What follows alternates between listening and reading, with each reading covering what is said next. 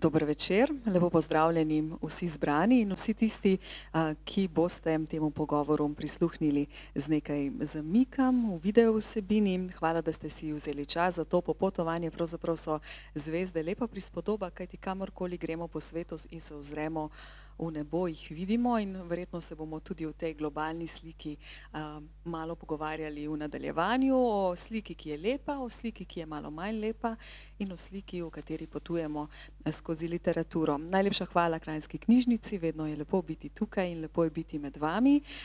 V nadaljevanju vas seveda povabim, kajti mislim, da je marsikdo med vami že prebral katero izmed knjig mojih današnjih sogovornikov, tako da lahko podelite tudi kakšen svoj vtis ali pa kar neposredno zastavite vprašanje. Ob meni sta dva imenitna literarna ustvarjalca, ki imata marsikaj skupnega. Te vzporednice tudi v njunih delih, predvsem Emšo in Konec Sahare, bomo lovili v nadaljevanju. Oba ustvarjata v Sloveniji, oba predstavljata nocoj nagrajeni deli, obe deli lahko beremo v slovenščini, oba sta kritična, pronicljiva, v svojih delih nastavljata ogledalo v svetu in posamezniku. Oba imata svojo izseljensko zgodbo, razmišljata o identitetah, o kulturah, o geopolitiki in lahko bi rekli, da brez dlake na jeziku in dlake na peresu rišeta čas svoje sodobnosti. Lidija Dimkovska, ena najprepoznavnejših makedonskih avtoric, ki prav tako, kot ste slišali, ustvarja v Sloveniji že več kot 20 let, tukaj živite, v svojem leta 2023 z makedonsko nacionalno nagrado roman leta nagrajenem romanu Emšo se bomo danes pogovarjali in Said Katibi nagrajenec Šejk Zajed Bukavart za roman Konec Sahare. Ta nagrada, ki jo podeljuje Center za arabski jezik v Abu Dhabiju, je omogočila tudi prevod v slovenščino. Naj bo to zadosti za uvod, zdaj pa moja sogovornika, dober večer še enkrat, malo si bosta izposojala mikrofon, morda vmes tudi malo iz slovenščine gremo v angleščino, ampak upam, da nam bo vsem udobno v takem večjezičnem in večkulturnem svetu. Gospa Dimkovska, pravzaprav ste se pravkar vrnili z Cipra. Kako je bilo? Ciper je namreč tudi nekako osrednje mesto dogajanja v Emšu. Ja, najprej dober večer, hvala, da ste prišli. Ja, dejansko v bistvu na Cipru se je vse začelo s romanom Emšo in tako nekako zdaj pred 2-3 dnevoma v bistvu sem odpeljala Nikosa nazaj domov, v njegovo tudi varošo, ki sem jo obiskala, sicer pa sem imela predstavitve na knjižnem sejmu v Limassolu in potem v knjigarni, kafe knjigarni v Nikoziji. Ja, predstavitve so bile zanimive zaradi tega, ker enostavno občinstvo se je srečalo z neko avtorico iz Severne Makedonije, tam sem seveda bila samo iz Severne Makedonije, a ne nikakor iz Makedonije in sem pazila na to absolutno. Tega pa nimajo veliko priložnosti, verjetno sem bila prva v bistvu avtorica iz Severne Makedonije, ki so jo srečali in prva, ki je pisala tudi o njihovi domovini, kar je tudi malo čudno, da ne rečem čudaško, ampak zelo dobro so me sprejeli, je bilo veliko vprašanj iz občinstva, zanimalo jih je ta zgodba in kako jaz sem videla Cipar in kako vidim vso to problematiko, to ciprsko vprašanje, ki že 50 let nima odgovora. Tako da ja, mislim, tudi nekaj intervjujev sem imela za ciprske medije. Meni se zdi lepo, da na nek način v bistvu prva predstavitev grškega prevoda romana se je zgodila ravno na Cipru. In kot ste rekli, bili ste tudi v Nikosovi varoši. Kako je bilo pa vam kot avtorici v tem kraju? Ja, ko sem jaz pisala roman, seveda nisem mogla priti v varošo, to veste, da je pač grad duhov oziroma od 74. leta, že 50 let je zaprta, sicer 21. leta so odprli eno dolgo ulico, na katero se lahko sprehodiš in gledaš te hiše, ki razpadajo in hotele in šole, šole in vse. Imela sem pa srečo, zdaj ne, da sem pred nekaj mesecev na knjižnem sejmu v Solunu spoznala naključno, če tudi verjetno ne obstajajo naključja, ne, eno pisateljico, ki je prav iz Varoše. Imela je 15 let, ko je njena družina morala oditi, so odšli v Atene, kjer tudi zdaj živijo, ona pa se je preselila potem v Prago, kjer zdaj živi. In ona vedno, ko gre na Ciper, pač si želi videti to svojo Varošo. Do 21. leta seveda to ni bilo mogoče, če tudi leta 2004 so odprli za nekaj časa, pač Varošo, to je naredila seveda Turška republika Ciper, da bi se malo, da bi nekako dobrovolila v bistvu Ciper, da bi prišli skupaj v Evropsko unijo, ampak to se ni zgodilo in potem so oni spet zaprli Varošo. Zdaj pa je odprt en del Varoše in seveda smo se sprehajali, pač gledali, jaz dejansko nisem mogla verjeti, da se kaj takega lahko zgodi in mislim, da vsak človek mora ne samo iti v Auschwitz, ampak tudi v Varošo, da vidi, kaj lahko ljudje naredijo drugim ljudem, česa vsega je zmožen človek. To je grozljivo, te hiše propadajo, šole, ne vem, je pa zelo zanimivo, da so ostale ulice in številke na hišah, ki so popolnoma že ruine. Ostali so napisi, ne vem, kavarn, ne vem, hotelov, trgovin, ampak same stavbe pa v bistvu popolnoma propadajo. In mislim, sem videla, ne vem, 2 konjička, ki 74. leta sta bila igračke, in sta ostali v nekem dvorišču, 50 let stojijo na tistem dvorišču. V bistvu nič ne moreš vstopiti, ne moreš ničesar narediti. Narava dela pa svoje, oziroma vse to propada. Ja, res zanimivo, vse je pravzaprav samo še kulisa, ogrodje in praznina, kar se lahko zgodi tudi človeku. Če knjige še niste prebrali, to je zgodba o družini Auran, ki jo pripoveduje Katerina, ona je najmlajša članica družine, ima še brata Stefana, oče Nikos, kot ste slišali, je ciprski Grk, mama Milka ga je spoznala med delom v hotelu na ciprski rivieri in potem se ta zgodba seveda razvija in bomo se pozneje še potopili v njo. Nekaj zanimivega ste rekli, gospa Dimkovska, pa bo to moja stočnica za vprašanje vam. Gospod Katibi, kaj vse je človek možen narediti sočloveku, in kaj se mora v človeku zganiti in ali ima res vsak človek v sebi nekaj, kar ga lahko predrami tako hudo, da naredi nekaj zlega drugemu človeku. Pravzaprav se lahko o tem sprašujemo tudi, če beremo kriminalni roman Konec Sahare, ki nas pa odpelje v Alžirijo. Gospod Katibi, dobro večer.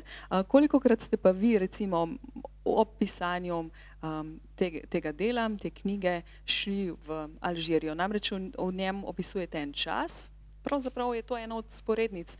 Oba sta bila stara komaj nekaj let, ko so se odvijali te dogodki, o katerih pišete v svojih delih, torej ste jih morala spoznati. Kje ste lovili zgodbo vere, kako ste se poglobili v to alžirsko vprašanje konec 80-ih let? Dober večer, hvala. Bom probal govoriti slovensko pa angliško, še malo časa in ni najdem tečne besede o slovensko. To je Konec Sahara, to je roman, kriminalni roman. Je bil en zelo znan hotel v Saharu, Alžiriju. Mogoče si ne poznate to hotel, mogoče poznate Karl Marx. Je zelo znan Karl Marx. Karl Marx zmeri, ko ima na slika, ima brada. Ampak samo enkrat na življenje nima brada. Če puste na Google, boš pišete Karl Marx, boš najdla samo ena slika brez brada, ko je bilo na to hotelu v Saharu, v Alžiriji, ker je bilo zelo vroče. In moram biti brez brada. Tako, to je Karl Marx, je živel tam, na to hotel, je zelo znan hotel na jugu Alžiriju. Potem enkrat in 1988 je bila ena pevka, ona delala tam na to hotel, potem ona je umrla. To je prava pevca, ime je Zakija, ona živela tam. Potem, ko lastnik od toje hotel je bil političen, on noče problema, potem policija prihajala, potem so rekli, ok, to je umrla, ampak ni mora ljudi poznati, ker hotel je zelo znan, nočemo problema. Potem sem prenesel 30 let naprej, sem videl na Archives, kaj je bilo tam. Sem najdel, ko to je pevka je umrla, je bil prvi dan od civilian vojna in Alžirija. Ena punca je umrla, ampak ljudi ni poznajo, ker takrat, ko je umrla, je bil prvi dan od vojna, ker ena vojna bo prihajala. To je civilna vojna, bo 10 let v Alžiriji, 200,000 ljudi so umrli, ampak prvi, kdo je umrli, ena pevka. Tako sem pišel, to je kriminalka, to je roman, ni samo zgodba o zgodba o toje pevka, ampak tudi zgodba o država. Kako ima posebna življenja, ampak je tudi naša življenje od toje država v Alžiriji. Tudi sem vprašal, kako je lahko, how to lose, Kako izgubiti? Izgubiti država. To je zelo lahko, ko imaš ekstremizma, veste, islamizma, kot to je bila Alžirija takrat. Tako sem pišel, to je roman, da lahko tudi v Sloveniji vidite, birate, kako to keep, to protect. Ohranjati in varovati. Tvoja država, ker danes je zelo lahko, imajo nova ideologija na to je svetu, islamizma, ekstremizma, lahko biti, ne vem kako ime prihodnost, ampak ko biramo, to je konec Sahara, vidimo kako lahko, ko imamo lepo država, dobra država, ampak enkrat, ker to je ideologija prihajala, we lost, to je država. Nič ni samoumevno. Nič ni samoumevno, nič ni tukaj zavedno, hitro se lahko obrne. In 2-3 leta mi smo we lost ena država, ko je Alžirija. Torej smo v letu 1988 v Alžiriji, kot je povedal gospod Katibi, spremljamo umor mlade pevke Zakije z enim uhanom, mogoče to kaj pove, mogoče ne bom izdala, in odprem celo vrsto globljih družbenih tančic tistega časa, posameznika, družine, družbe, fundamentalizma in tako naprej. Pravzaprav ta ključna zgodba se pa zgodi v 40 dnevih, ker toliko časa v mitologiji duša ostane od smrti. Mitologija v Saharu rečejo, ko en človek je umrl, duša ni prehajala gor takoj, ampak čez 40 dni. Potem to je roman, je čez samo 40 dni, ker sem rekel, to je pevka je umrla, ampak ona slišala vse zgodbe okrog je, to je roman. Tudi mi lahko tem zgodbam prisluškujemo kot bralci in jih zelo močno čutimo, vohamo, zelo izostreno je to pisanje, se mi zdi, da objamete res vse čute, da se človek poglobi v to zgodbo. Ena rdeča nit ali pa vzporednica je, da data oba glas ženskam. Zdaj, če Nura, odvetnica v vašem romanu Konec Sahare se postavi v družbi, kjer gre, kot pravi, vse na nož, tudi Katarina, kljub temu, da brska po preteklosti svojega očeta, razmišlja o prihodnosti in se mi zdi, da se na nek način hoče osvoboditi nekih spon družine. Kdo je Katarina pravzaprav? Ja, Katarina kot hči Nikosa, ki je prebegnil 1974 leta iz Varoše v Skopje, takratno Jugoslavijo, v Makedonijo, za Milko. V bistvu je hči druga generacija enega migranta. Prva generacija migrantov se nikoli ne sprašuje o tem, zakaj so pobegnili, ampak so pobegnili zaradi tega, da se rešijo ali ne vem, zaradi materialnih dobrin ali zaradi kakršnihkoli drugih razlogov, torej so morali oditi, ampak druga generacija se vedno sprašuje o poreklu, o koreninah, išče identiteto, se sprašuje, zakaj starše mora oditi od tam, zanimajo ga seveda, tako kot Katarino, zanimajo jo preteklost njenega očeta, hoče spoznati družino njenega očeta, ki je ostala na Cipru, gre na to pot, spozna samo babico, ampak če nikoli v življenju je ni videla, v bistvu nimata nobenega stika, a ne? Odtujenost je a priori, a ne, prisotna. Tako da v bistvu Katarina je pa zelo dobra študentka, a ne? Ona študira sociologijo, torej po defaultu nekem jo zanimajo ta sociološka vprašanja, angažirana je v tem smislu in enostavno jo zanima, zakaj oče molči celo življenje, zakaj nikoli nič ne pove o Cipru, o svoji družini, vse jo zanima, kar ni rečeno, a ne? Kar je zamolčeno. In v tem smislu, ja, Katarina odide na koncu, tudi ona postane migrantka, ne, odide, da bi našla na nek način identiteto svojega očeta, na tej poti zgubi nekaj svojega, najde nekaj tudi svojega, a ne, ampak v vsakem primeru jaz jo vidim kot osebo, ki mogoče v tem življenju bo naredila nekaj več, ne. Torej je malo optimistično vse skupaj, če tudi je roman zelo tragičen, ne, ampak vseeno sem ji dala neko prosto pot, da najde sebe, da odpusti in da živi naprej neko svoje normalno življenje. Da najde svobodo, da se osvobodi vsega tega, Absolutno, je ja, lahko, bi sigurno, rekli, Katarina, sigurno. nek sinonim za svobodo?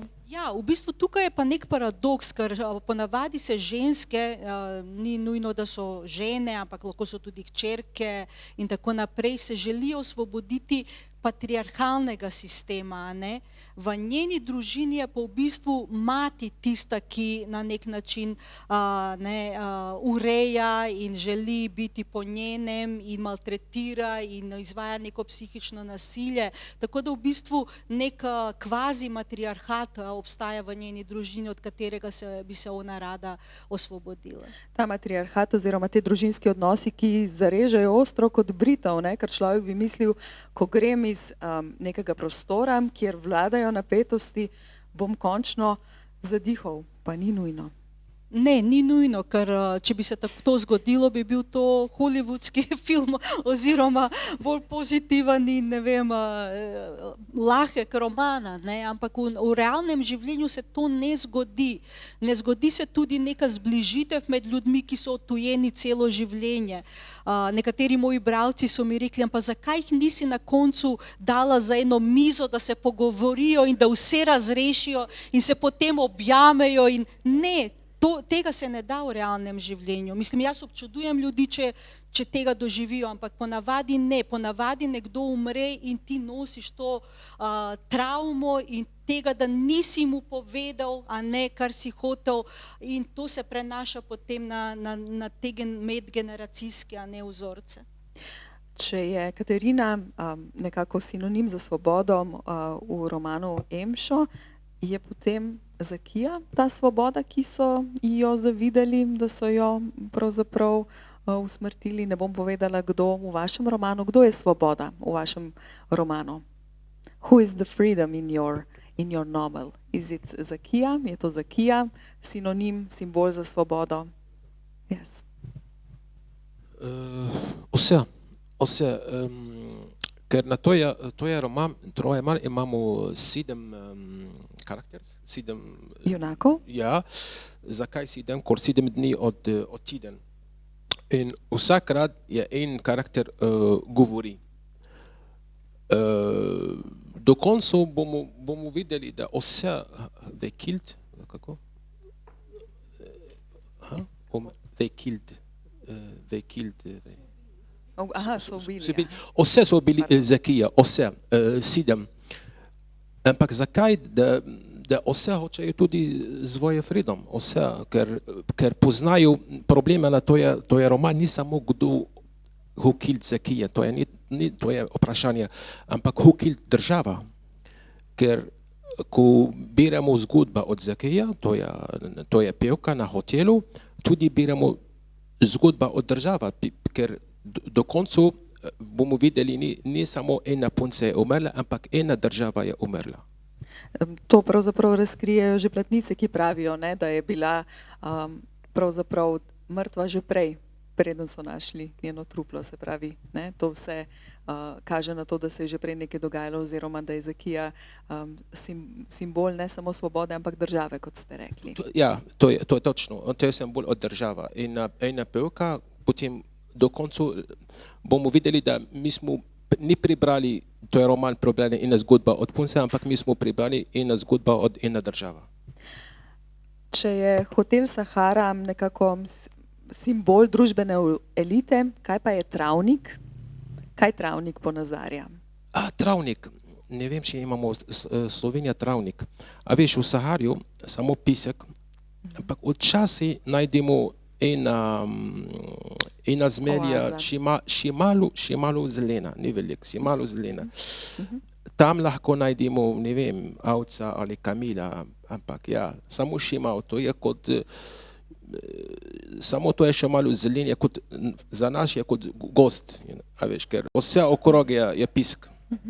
In na tem travniku so ljudje, je revščina. Kaj se dogaja na tem travniku? Poverty, people are coming there to travnik. Ja, ker imajo živali, ovci, ali tudi živijo tam, ker zakaj?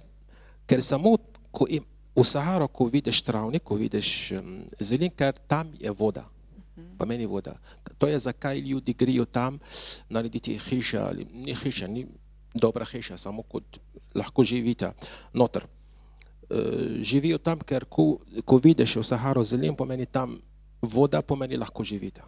Preden bomo šli s travnika v puščobo, vas vprašam samo še, gospa Lidija je omenila pomen izobrazbe, Katarina je izobražena ženska. Kaj pa pomeni izobrazbe v alžirski družbi konec 80-ih let? Nura je izobražena, je hodila v šolo, Ibrahim je izobražen. Kako je pomembna ta izobrazba pri mladih za kakšno spremembo, da se rešijo tega? How important is the education of the characters, or how important was education in the end of 80s? To je težko, a veš,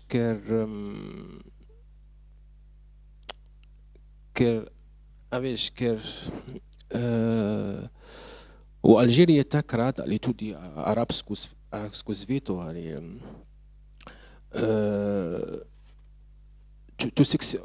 success, to be successful. Ja, predvsem to je pomeni denarja, pomeni biznis, ne pomeni študirati, ne pomeni, ja, je bilo ena partija, politična partija, korupcija, seveda, pomeni ti študirati, ne vem, imate PhD, doktorat, imate kaj, imate, to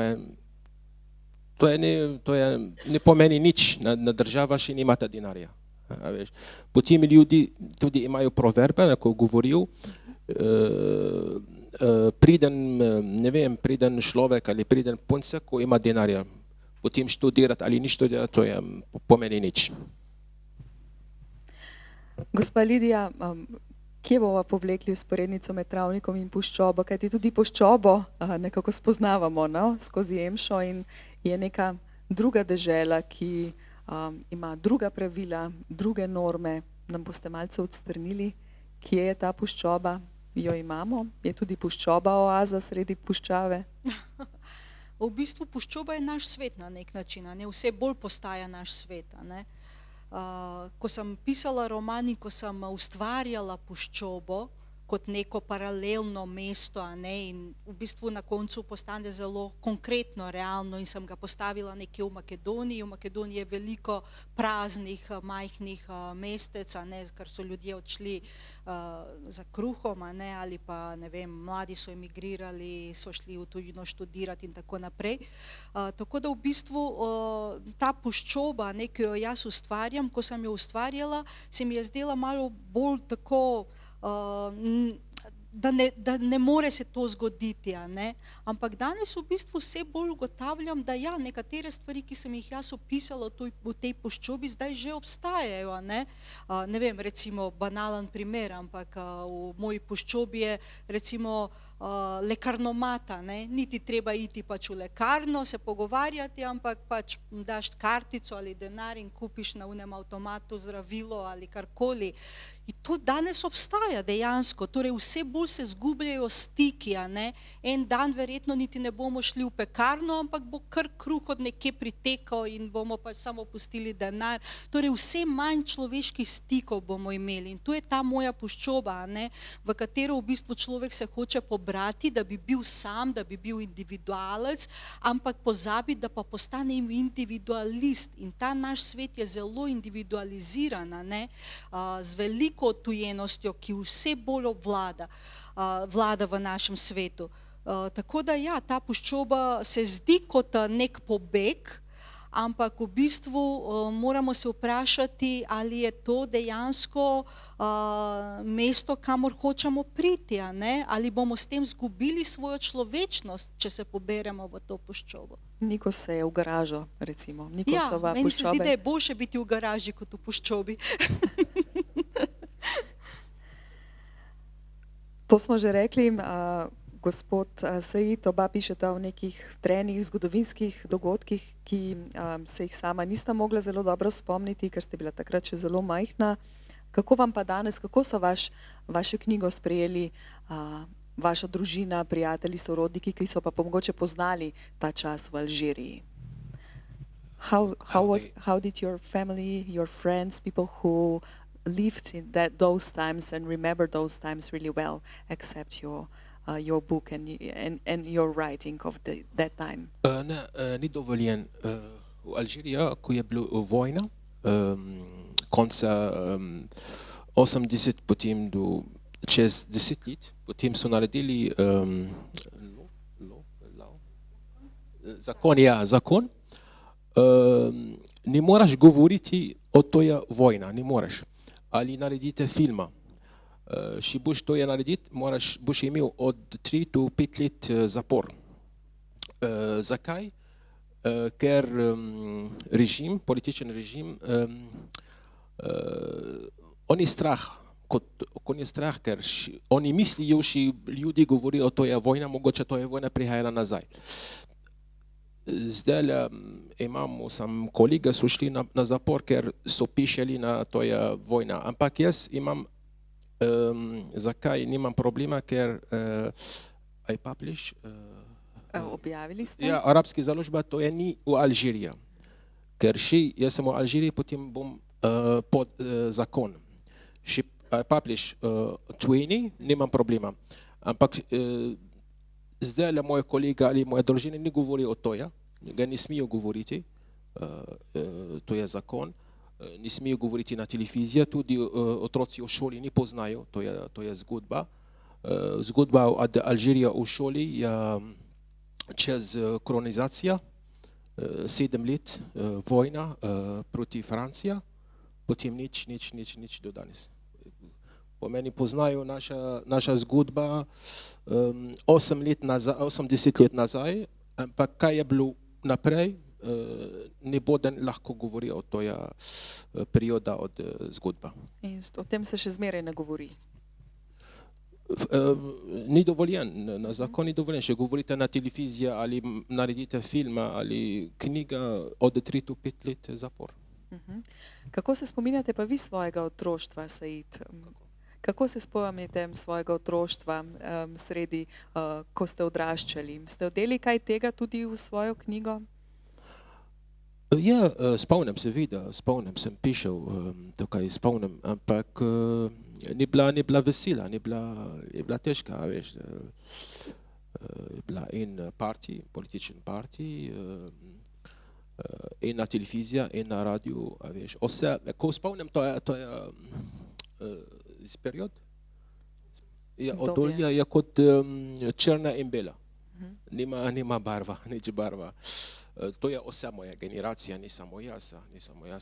Ampak zdaj je dobro, mislim dobra, nova generacija je dobra. Ampak ko je bila socializma v Alžiriji, je bilo zelo slabo. Kaj bo prineslo pa barve? Kaj se mora zgoditi za to svobodo, za barvitost, ki bi prinesla spremembe?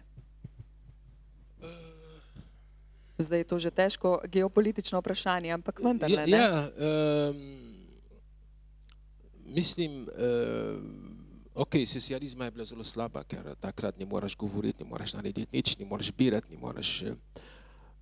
Potem po vojna ljudi lahko, ok, ne moramo govoriti o vojna, ampak imajo drugi stvari ali drugi vprašanja ali... Mislim, zdaj je dober, ampak še imamo veliki tabu, kako rečemo francosko, tabu, isto tabu. V Alžiriji lahko govorite kaj zdaj ali prihodnost, ampak ne govori, kaj je bilo odčasih. Potem je dobro, ker lahko govorimo zdaj, ampak ne moramo govoriti, kako je bilo 30 let nazaj ali 40 let nazaj. Odtujenost tudi od nekega časa, ne? Tako kot čutimo, ne? Kajti tudi v družini Avram se ne govori kaj preveč o preteklosti, ne? Govori se zdaj, pa malo si lahko namišljamo tudi z rojstvom vnukinje, nečakinje za neko prihodnost morda, a ne? Ta geopolitično vprašanje je izjemno pomembno. A še ena skupna točka vajnih življenj, pa tudi pravzaprav v knjigi so migracije, iskanje boljšega življenja, iskanje možnosti, priložnosti. Zdaj naslov EMŠO že sam po sebi nam pove nekaj o nekih številkah, ki veliko povedo o človeku, hkrati pa malo. Če ga pa nimamo, nas pa ni. Kako razmišljate o tem, gospa Dimkovska?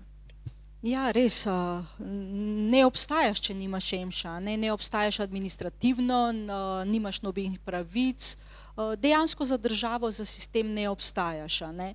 Ampak zdaj vprašanje pa, tudi če imaš številko in ne obstajaš, ne, to pa je dvojno, ne. To je dvojna nesreča, ki pa je na nek način doletela Nikosa Avrama. Zaradi tega, ker on, ko se je preselil v Jugoslavijo oziroma v Makedonijo, je dobil ta svoj EMŠO, kot smo ga vsi, pač ob rojstvu dobili, on je dobil potem tudi makedonski EMŠO in se zdi, da s tem je država opravila, pač mu je dala nek status, ima vse pravice, zaposlenje in tako naprej, lahko je dvignil kredit tudi, za stanovanje v socializmu in vse to, ampak v svoji družini pa nima EMŠA, nima zaradi tega, ker enostavno ni ljubljen človek, ni spoštovan človek in v tem smislu on je izgubljen človek, če tudi ima ta državni EMŠO, ne obstaja kot bitje, ki ima svojo dušo, svoje srce, svoje razmišljanja. Meni se zdi zaradi tega tudi on ostane molčeč do konca življenja, ker dejansko ta odtujenost, ki se je zgodila že ob samem prihodu v Makedonijo, v Skopje, pri njem ostane do konca življenja in tako tudi umre. Tako da je to zgodba enega priseljenca, ki je nesrečna zgodba, ki zaznamuje tudi naslednjo generacijo oziroma njegovo hčerko. Je pa zanimivo s tem EMŠO-tom, nekoliko malo v bistvu mi razmišljamo o tem, ampak v vsakem EMŠO pač se skriva ena številka, ki točno določa, da je nekdo tujec. Tudi sama se nisem zavedala tega in sem mislila, da zdaj pa, ko imam slovensko državljanstvo, slovensko EMŠO, nihče na meji ne more vedeti, da sem jaz tujka, pač imam vse slovensko, ne, ena številka v mojem EMŠO točno kaže, da jaz nisem iz Slovenije in to je vedno bilo v vsakem EMŠO in dan danes in v tistem takratnem času v Jugoslaviji. Ena številka kaže, da v bistvu ta človek ni od tukaj, ima naš EMŠO, ampak mi takoj vemo, da to ni naša. Tako da v bistvu tudi s tem ti vedno ostaneš tujec v očeh drugih. Tudi če se popolnoma integriraš ali celo asimiliraš, si vseeno nek tujec, ki pač zbuja takšne ali drugačne občutke in stališča in tako naprej. In tudi stereotipe, absolutno. Se tako še vedno počutite po 25 letih tukaj? Sploh ni pomembno, kako se jaz počutim, pomembno je, kako te drugi vidijo in se počutijo. Ja. Si naš, malo pa tudi nisi.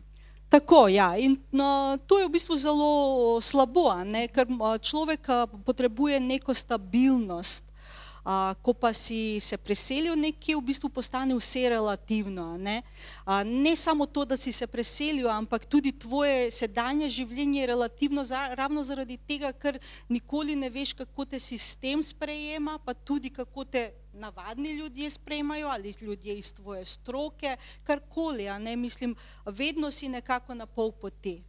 Vedno si na pol poti. Zanimiva istočnica, se strinjate, gospod Said, tudi vi s svojo izkušnjo kot pisac in kot človek, ki je tudi se preselil v tujino, vedno si nekje na pol poti, vedno iščeš to ravnotežje med biti del skupine in biti izven skupine. So, as someone who migrated in a foreign country, do you see this as an everlasting process of pulling and pushing, like being a part of the community? Kot pisatelj potrebuje emigrirati, potrebuje videti od daleč svoje življenje, svoja država. Potem ni verjem, ker danes imajo imigranti, ker danes vse ljudi imajo aplikacija, ne vem, na Viber ali WhatsApp ali lahko govori. Včasih, ne vem, 100 let nazaj ni moraš, kot ti si v Sloveniji, imaš in braterc, ne vem, v Nemčiji ali Franciji je težko govoriti, da je bilo tam takrat telefon, ampak danes je zelo lahko, ti si to kaj mogoče poznati, kaj je v Franciji ali kaj je v Italiji, več kaj je od tvoj sosed, več poznaš, imajo internet.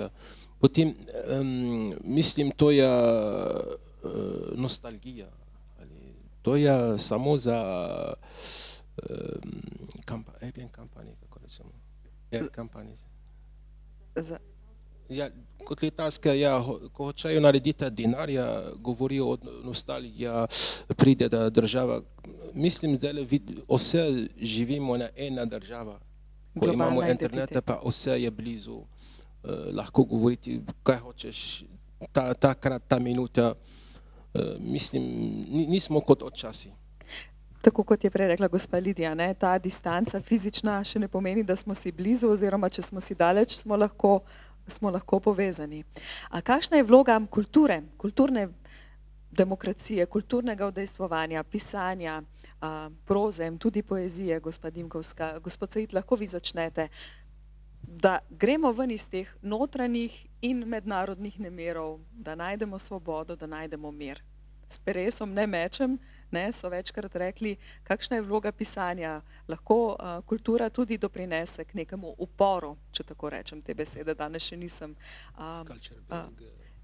Culture as a mean and for revolution, if I may say, or as a rebel in international conflicts and internal conflicts. Žal je, danes kultura nima več kot včasih. Vse je političen, finančen, ampak vi se odzovete, kot avtor, recimo, imate svoje mnenje, se postavite.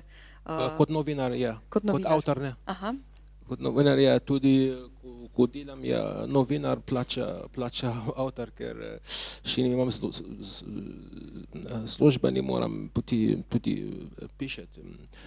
Žal je, danes ni kot včasih, to je žal je, ker upam, da bo najboljši na prihodnost.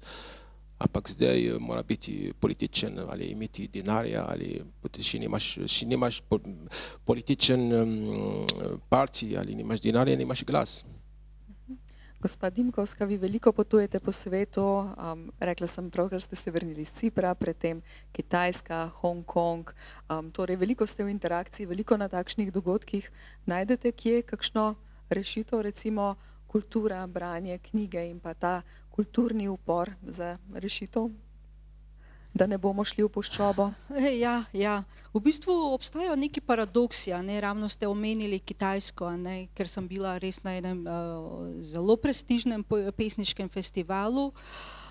In sem ugotovila dvoje. Tam ljudje obožujejo še vedno poezijo, a ne, na branja se zbere ogromno ljudi, poslušajo, potem hočejo, da se podpišeš na vsak listek, kar si ga napisal, ali ne vem, na zbornik festivala, te objemajo, se slikajo s tabo in tako naprej. Torej obstaja en entuzijazem, ki mi smo ga popolnoma zgubili, a ne. Takšen en prvinski, a ne, nagon za branje poezije. Še posebej med mladimi ljudmi. Jaz sem bila zelo izjemno presenečena, koliko mladih ljudi, a ne, je prišlo in ne vem, tudi sami so recitirali in to je bilo takšno eno vzdušje, a ne, ko pač imajo radi poezijo. Na drugi strani pa v bistvu je tam popolna cenzura, a ne. Cenzura, ki dejansko obstaja ne samo za kitajske avtorje, ampak tudi za nas, tuje avtorje. Tako da se mi je zgodilo, da enostavno nisem mogla prebrati to, kar sem poslala na festival, ne, če tudi so me povabili, so prevedli pesmi in tako naprej. In ne samo jaz, vsi smo skoraj bili cenzurirani in to nam je bilo zelo jasno povedano, brez nobenega sramu ali zadržka, ne. So rekli, veste, to je Kitajska, pri nas pač obstaja cenzura in enostavno lokalni minister, a ne, član partije, meni, da te pesmi niso za pri nas, a ne, ne smete jih brati. In to je za njih popolnoma normalno, a ne. Torej, na eni strani vidiš to ljubezen ogromno do literature, na drugi strani pa v bistvu vsak korak umetnikov, pesnikov, pisateljev je popolnoma nadzorovan, ne moreš ti kar brati nekaj, kar ti pade na pamet, torej tudi verjetno ne moreš niti pisati, a ne, oziroma če pišeš, to čuvaš nekje doma in v javnost greš s tistim, kar je v bistvu spodobno, a ne, za sistem, za oblast in tako naprej. Tako da v bistvu oni nimajo svobode, a ne. In to sem dejansko ugotovila, da če tudi se ogromno pritožujemo, tudi tukaj v Sloveniji, a ne, imamo svobodo vsaj povedati, kar si mislimo. Zdaj pa, če ne vem, pisanje ali kultura, koliko je pomembna, absolutno se strinjam s Saidom, a ne. Mislim, ja, v socializmu je bila kultura pomembna in umetniki so bili pomembni, ker so izražali tudi neko svoje stališče, so lahko bili uporniki. Zdaj, ne vem, tudi če grem na Prešernov trg in ne vem, mašam z neko knjigo in kričim, ja, pridejo ljudje, ki bi mogoče iz radovednosti me poslušali, a ne, ampak nič ne bomo spremenili s tem. Ampak jaz vseeno pa verjamem, da ja, literatura ne more rešiti sveta, ne, ampak lahko pa reši nekega posameznika. In jaz to vidim pri sebi. Če preberem dobro knjigo, nekaj mi je ta knjiga dala, nekaj je premaknila vame, nekaj mi je odprla mi je neko obzorje, a ne. Torej jaz v to verjamem, da dejansko individualno knjiga in bralec in bralka komunicirata. In če se v tem odnosu zgodi neka ljubezen, neka svoboda, to je ta svoboda v bistvu, o kateri mi govorimo. Ja, ravno sem želela prejle dodati, da se mi zdi, da lahko posameznik, tudi vi, ki ste recimo brali, še boste brali, s tem, ko se potrpite v ta svet, se naučimo, razmišljamo in sami pri sebi najdemo kakšno vzporednico. Pa še preden vam predam besedo, gospod Said, gospa Dimkovska, vi imate že izkušnje, ne, s slovenskimi bralci, lahko pa beremo vaše knjige v slovenskem jeziku, dobivate često odzive bralcev iz Slovenije. V Sloveniji, ja, imam osebnega prevajalca, ki je tudi tukaj, moj soprog Aleš Mustar. Dobro večer. Ja, in pač jaz kar veliko pišem, tako da včasih mi je žal, da mora toliko prevajati. Zelo sem vesela za vsako svojo knjigo, a ne, ki izide v slovenščini. Se mi zdi, da že imam nek svoj krog bralcev. Sicer niso tako direktni, recimo, kot ne vem, bralci v Makedoniji, a ne, ki dejansko pač mi zelo velikokrat pišejo, ampak vedno dobim nek lep odziv. Vidim, da se veliko zdaj Emšo bere v bralnimi klubi, a ne, in to se mi zdi čudovito, da nekdo izbere tvojo knjigo in da vsi preberejo in se pogovarjajo o knjigi. To dejansko cenim. Gospod Said, Konec Sahare je pa vaše prvo delo, ki je prevedeno bilo v slovenščino. Glede na to, da tukaj živite, da zdaj lahko tudi širše bralstvo bere v materinščini, kako je bilo pa to za vas? How they translate? A translation to Slovenian language, so people here can read your Ja. work. This is the first book that was translated. Ja, How was prvič. this for you as an Ja, je author? bila od Litera založba, prevajalci je bila skupica Barbara, ona od arabčina do slovenčina. Je zelo lepo do zdaj. Sem videl na, kako je to, Akopis, imate Akopis, Kopisu. veliko ljudi so prebrali to knjiga, tudi na knjigarni sem dobil, tudi ko to knjiga je šla ven, sem dobil veliki vabilu na Pogovore. knjižnici, v Ljubljani ali tukaj, v Škofja Loka ali Nova Gorica, tudi na časopisi, na televizijo. Je bilo lepo, do zdaj je bilo lepo, ker vem, je težko, ker je prva knjiga, tudi veliki avtorji ali pisatelji v Sloveniji, ampak do zdaj je v redu. Čudovito. In zdaj vprašanje za vas, drage obiskovalke in obiskovalci. Jaz vem, da veliko berete, da vas nekaj prihaja tudi iz bralnih krožkov, kjer ste brali te knjige. Tukaj imamo zdaj oba avtorja. Zdaj je čas za vas, da ju kaj vprašate, da delite kakšno svojo misel, ki vas je preletela, ko ste prebrali Emšo, Konec Sahare ali pa kaj drugega, lahko tudi pesmi. Torej, kdo bo prvi, kdo bo dvignil roko?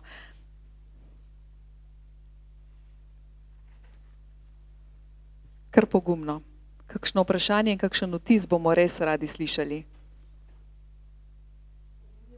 Aha, mikrofon bo prišel do vas, samo trenutek. Poprosim Nino, da vam ga odnese, jaz bom pa svojega potem predala. Dober večer. Ja, hvala. Hvala za ta pogovor, je bilo res zanimivo in je še, takole bom rekla, no, mi prihajamo pa iz Škofje Loke in smo bralni klub, ki ste ga ravnokar omenili. Divja Loka se imenujemo in divje beremo in tako, prej ste začeli pogovor s tem, da ni naključij in kot da jih res ni, ker smo pa mi pravzaprav ravno za ta mesec imeli na vrsti Lidijo Dimkovsko z Emšom, prejšnji mesec smo pa imeli Saida Katibija Konec Sahare. In jaz vodim ta klub, no, in ena od teh mojih bralk mi je par tednov nazaj poslala to sporočilo, ne, o tem, da se tale pogovor odvija v Kranju, pa smo rekli, ok, in ravno na današnji dan bi pravzaprav se morali srečati in se pogovarjati o Emšu. To je zadnji teden, vsak mesec, zadnji četrtek, vsak mesec imamo te pogovore in ravno danes bi se morali srečati v Škofji Loki v knjižnici, a ne, pa se pogovarjati o Emšu, pa smo raje prišli sem. To je pa še nadgradnja z avtorji. Tako da hvala vsem, ja, dve navdušujoči knjigi, ki sta si zelo različni, pa tudi zelo podobni.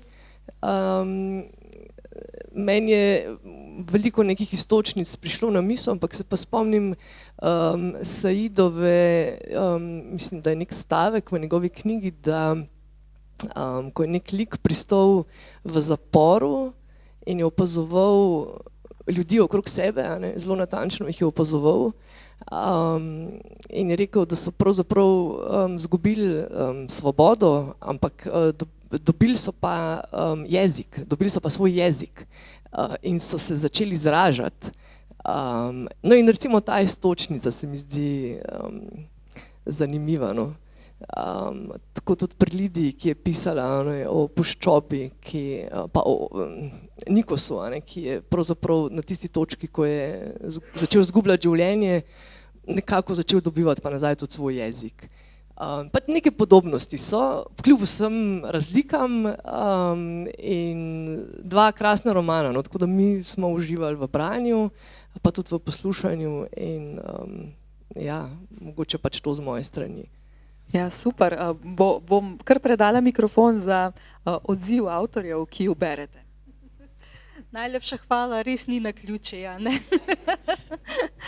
Ja, ne, čudovito je srečati ljudi, ki dejansko so prebrali knjigo, a ne, ker ponavadi mi srečamo ljudi, ki bodo šele brali, a ne, če bodo, a ne.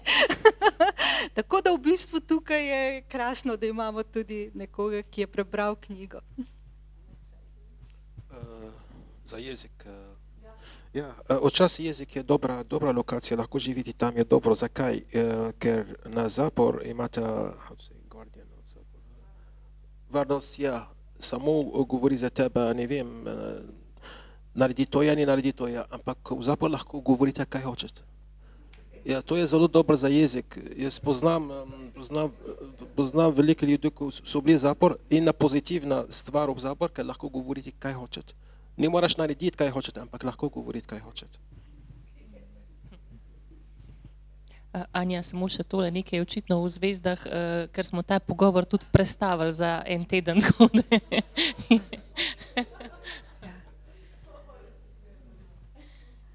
Ja, svoboda je lahko zapor in zapor je lahko svoboda. Izvolite. Jaz bi pa rekla, da gospodove knjige še nisem prebrala, sem pa 3 od gospe Dimkovske in bi težko rekla, katera je boljša. Vse so imenitne, krasno se berejo in komaj čakam naslednjo. No, čudovito, to je dragoceno, ne, za avtorje, da Samo en slišijo. stavek dodam, ne. Moja žena bere ogromno, jaz hodim s ceknom za fasonko v knjižnico skozi pa z listkom. No in jaz si izberem zmeraj kakšne kriminalke, ne pa take tovrstne knjige nosim. No, to me pa naštimala Emšo in sem jo, moram reči, z veseljem prebral, čeprav sem bil hud na Katarino, da ni mogla očetu večkrat povedati, ker se je toliko borila za to. Ja, ja.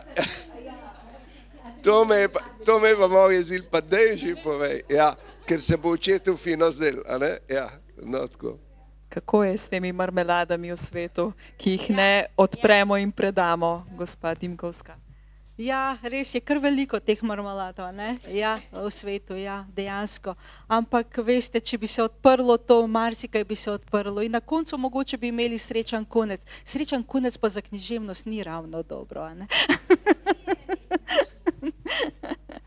In na nek način, ja, je odprt konec, zaradi tega, ker ne vemo, kaj se bo dogajalo potem s Katarino, ampak ja, drugače bi bilo preveč nerealno, če bi. Ne, jaz pa v bistvu, ko ustvarjam, hočem narediti eno paralelno resničnost, v katero bralec verjame, a ne. In zato me marsikdo včasih vpraša, če je to moja zgodba, če jaz sem imela ciprskega očeta, a ne. In tudi zdaj na Cipru me je veliko ljudi vprašalo, ampak mogoče vi ste iz Cipra in tako. Ne, v bistvu vse sem si izmislila, ampak ko pišem, hočem zlesti pod kožo pač pripovedovalca, pripovedovalke in čutiti popolnoma vse tako, kot ona bi čutila, ne. In seveda, ko sem se postavila v njeno kožo, nisem imela moči odpreti tiste marmelade. Žal. Ja, tako, vidite, ste zlezli pod kožo tudi nam, bralcem, da se nam zdi kar neverjetno, ne, da o tem lahko piše nekdo v fikciji in ne v svoji, zato dobite takšna vprašanja. Gospod Sejt, vam sem tudi rekla že na začetku, da tako živo urisujete, da se mi je zdelo ves čas, ko sem brala Konec Sahare, da kar voham, tipam, gledam in pa slišim tudi glasbo v tem romanu, ki je pomemben del, ne? Ste res ustvarili eno tako sliko, ki objame vse čute? Ja, to je arabsko družba, society, je slišati več, ko govoriti, imajo velika poezija pa glasba, ja. Ne moraš pišeti na arabsko družba brez poezije ali glasba, to je ne ve. Lahko Slovenija, mislim, je več tiha, tam je več glasna. To je zakaj ljudi govorijo velike poezije, pa ko pišeš na ulici, tam boš slišala veliko glasba okrog. Torej, in to glasbo res lahko kar slišimo, ne? Je zanimivo, kakšno bogatstvo prinaša tako bralcu to doživetje. Je še kakšno vprašanje? Mogoče tudi vas kaj zanima v Alžiriji ali pa v Makedoniji, pa imate zdaj priložnost. Aha, poskusimo. Bo prišel mikrofon do vas, samo da vas bodo slišali potem tudi tisti na videu.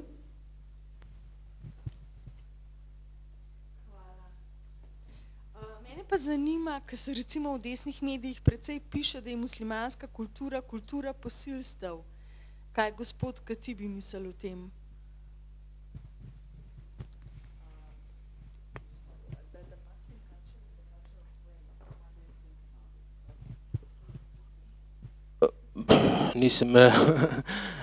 nisem specialist in muslimanski kultura, ampak kot ena human, kako recimo human kultura. Človeška kultura. Ja, ima pozitivna, negativna, ampak lahko govorim na literaturo, ne govorim. Nikakor ne moremo posploševati. Ne? Je pa lepo, ko spoznavamo kulture in pravzaprav ste vi v svojem romanu tudi orisali nek čas, ko se je iz nekih pritiskov, trenj izoblikoval fundamentalizem v Alžiriji, ne? In lahko spoznamo mogoče ta vzgib, ne? Kot povsod in vseh takšnih trenjih po svetu. Jaz vaju vprašam, še v bistvu za iztočnico lahko vzamem, ali ni tisto, česar nimamo, mera za tisto, kar imamo. To se mi zdi odličen citat, ki ga lahko odnesemo domov, da bomo vendarle zbrali nekaj poguma, da udarimo tisto marmelado po dnu, da se bo lažje odprla. Naslednji korak za vaju kot za pisca, kam potujeta v december z besedami, ne mislim toliko fizično, kam potujeta s knjigami, katera je naslednja zgodba, nam jo že malce lahko odstrnete. Kaj bomo naslednje brali, tako v Škofji Loki, kot tudi mi drugod? Izvolite. Ja, v bistvu meni je ravno kar pred enim tednom izšel najnovejši roman, ki pa je prvi roman za mlade, tako da sem debitirala še enkrat in sem zelo srečna zaradi tega, pa tudi zaskrbljena, ker zdaj čakam prve odzive, kako bodo sprejeli v Makedoniji bralci. Jaz pišem v makedonščini in moje knjige se prvič objavijo v Makedoniji, tako da upam, da bo tudi ta knjiga prevedena v slovenščino. Grem pa seveda decembra na prvo predstavitev knjige v Makedoniji. Makedonska mladina rada bere? Tako kot slovenska. Več ne bom spraševala, naj delo dobro zaživi, zagotovo bodo pa povratne informacije iskrene, tako kot mladi so, ampak vsaj mladost in mladina je tista, ki nosi to prihodnost naprej. Absolutno, ne. Jaz poznam ljudi, mlade ljudi, ki berejo, ki zelo radi berejo, tako da jaz mislim, da je to bolj stereotipno, da ne berejo, mogoče ne berejo tako v klasičnih knjigah, ampak berejo tudi knjige, ki so na internetu ali poslušajo audio knjige. Tako da v bistvu tisti, ki berejo, pa saj tudi v našem času niso vsi brali, ne vem, jaz sem imela sorodnike, prijatelje, ki nikoli niso brali. Tako da tisti, ki smo brali, drugi niso brali, Tako da ja, tako kot vse drugo v življenju. Super, gospod Said, kaj pa vi, kaj vas čaka kot avtorja? So what are your next projects as a writer, as a journalist also? Ne vem, težko, ker potrebuje velik čas, ampak bom še prišel na Saharju, to je zveto, kar hočem, to je zveto, daleč, ampak hočem še pišeti tam. In bližati tudi to Saharo vsem nam, ne? Tudi to get us connected with this place and this world even more as readers. Tudi. To je res. Ja?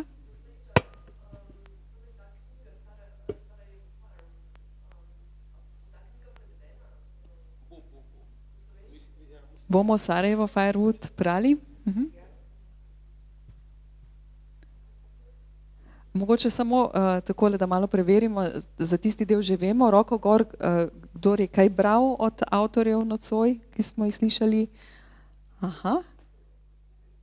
Ta stran bo pa nocoj, upam, da, začela, da sta, ja, saj to je krasno, nekateri so že prišli z neko sliko, drugih upam, da smo navdušili, da bodo poprijeli za knjige, da se bodo lotili branja. Jaz upam, da smo pokazali, kaj vse omogoča branje, kaj vse omogoča pisanje, kaj se lahko naučimo o svetu in sebi.